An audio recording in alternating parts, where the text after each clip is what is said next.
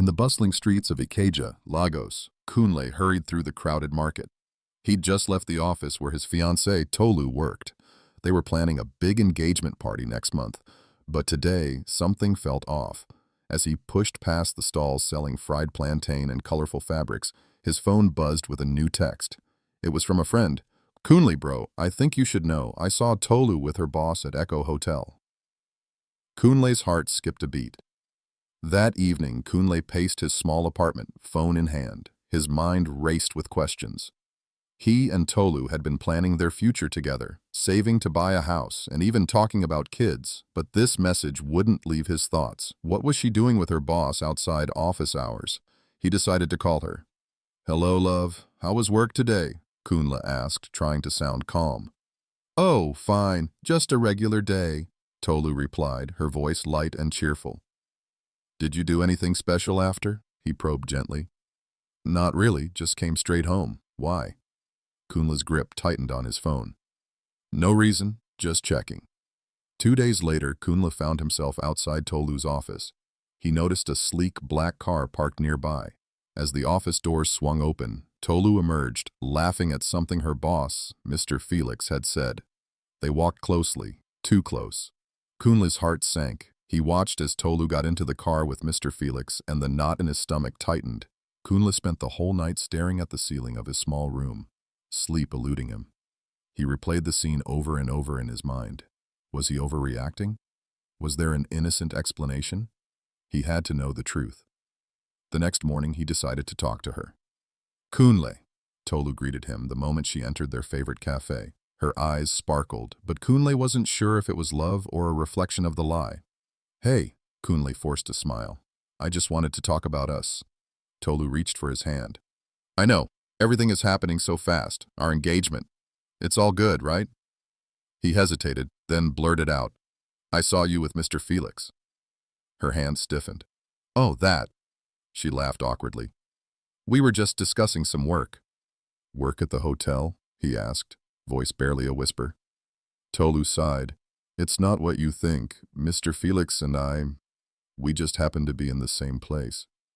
Kunle nodded, not convinced. "Are you sure that's all?" "Yes," she said firmly, her eyes pleading for him to believe. But her voice lacked conviction. Kunle's mind whirled with doubt. Trust was cracking. He could feel it. Days passed. The tension between them grew. Tolu became distant, often canceling plans, claiming work kept her busy. Kunle felt the weight of suspicion pushing him down. Their engagement date moved closer, but instead of excitement, Kunle felt anxiety cutting through his heart. Kunle confided in his cousin, Bolade, over pepper soup. "I can't shake this feeling, Bol. She's been slipping away." Bolade sipped his drink, eyes thoughtful. "Have you thought about asking outside help? Maybe a private investigator?" Kunle looked up, surprise etched on his face. "Do people really do that?" "When you love someone, you want to know the truth, right? No matter the cost," Bolade replied, setting his bowl down. Kunle considered it, his heart torn between trust and truth. The decision gnawed at him, but in the end, curiosity won. Kunle hired a private investigator, albeit with guilt tugging at his conscience. A few days later, the investigator handed Kunle a file full of photos and details. He opened it with trembling hands. One photo caught his attention. Tolu and Mr. Felix, fingers intertwined, their faces close. His world spun. Everything he built with her felt like lies. Kunle sat in his room, the walls seeming to close in. His phone buzzed. Tolu. He ignored it. For once, he needed space to breathe. He recalled Bolade's words, "No matter the cost." The truth had come at a price, but it was a price worth paying.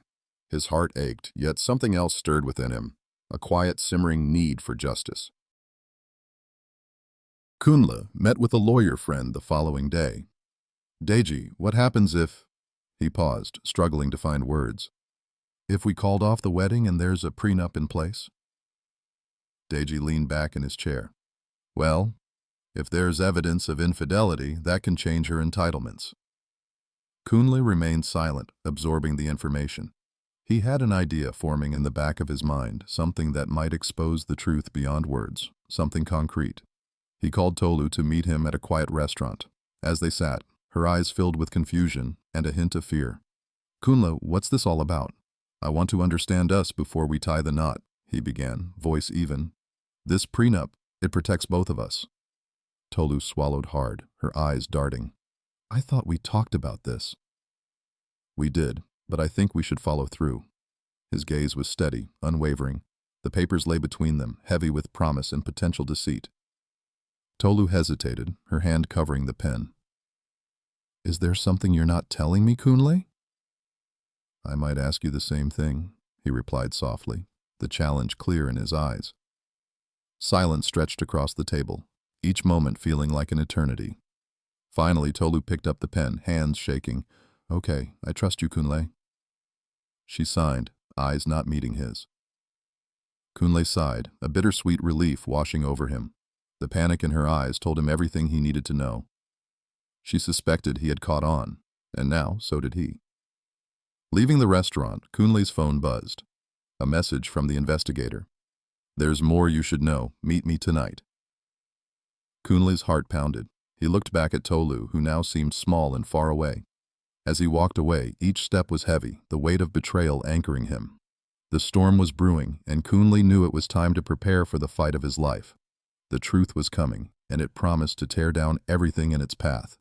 Kunle sat in his car outside the investigator's office, heart pounding as he reviewed the file again. The evidence was damning, yet he couldn't shake the feeling of betrayal that seemed to wrap itself around his heart tighter with each passing second.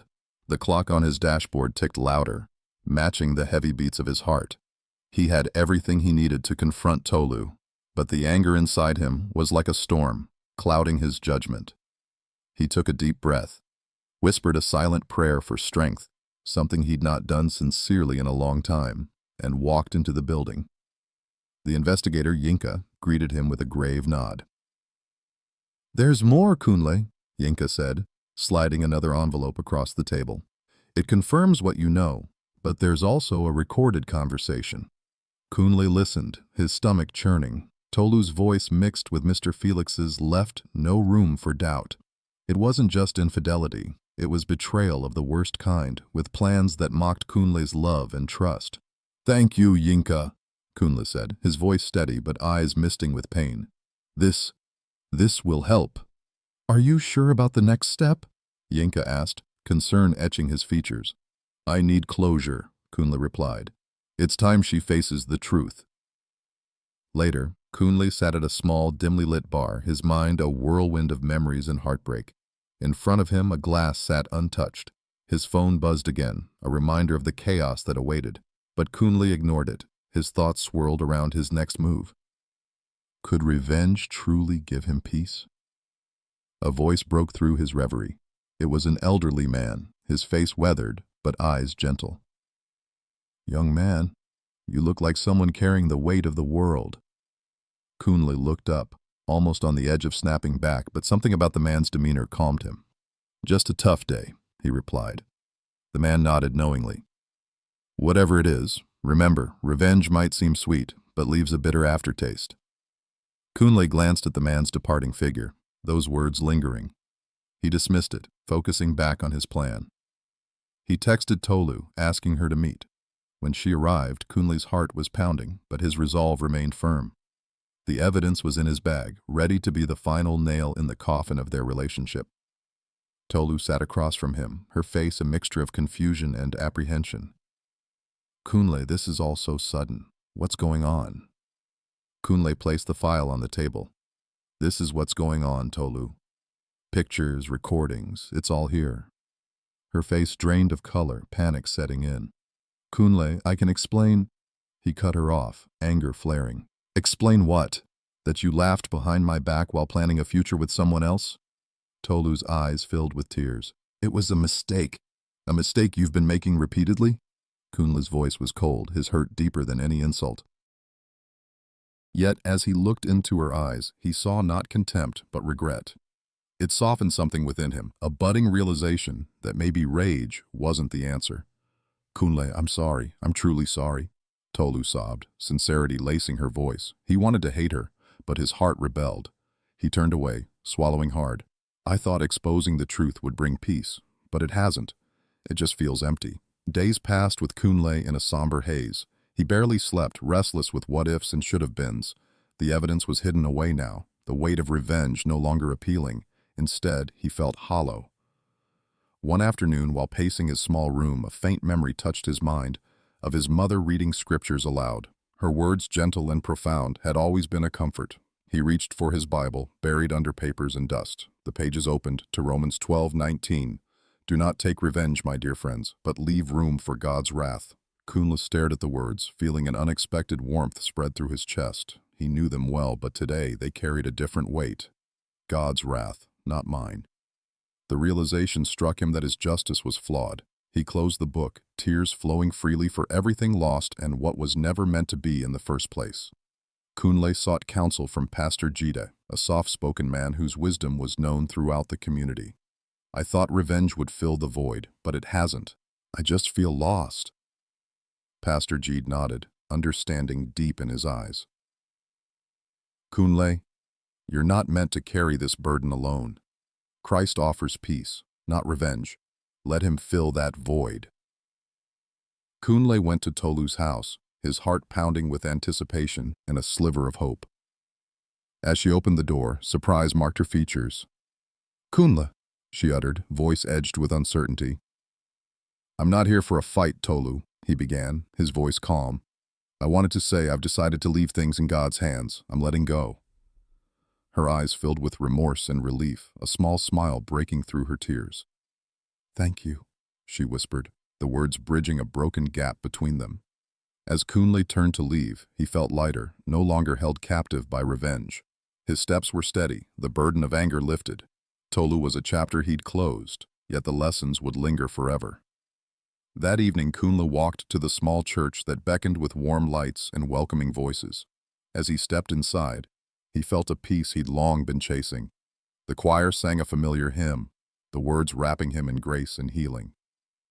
Revenge didn't set me free, but Christ did, Kunle whispered, a prayer turning into quiet joy. The next Sunday, sitting in the church pew, Kunle felt a comforting presence. His scars were real, the pain still there, but colored with hope.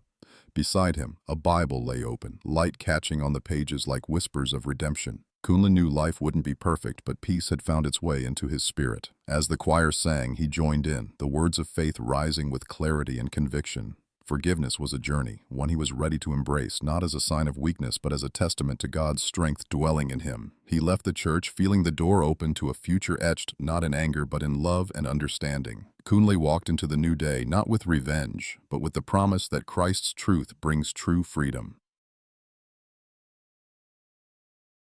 Thank you so much for listening to this intriguing story. I hope it touched you or taught you something. For more stories like this, don't forget to like, share, and subscribe to the page. And guys, if you'd like to see a part 2, or you have thoughts on what happened, let me know in the comments below. I'd love to hear from you.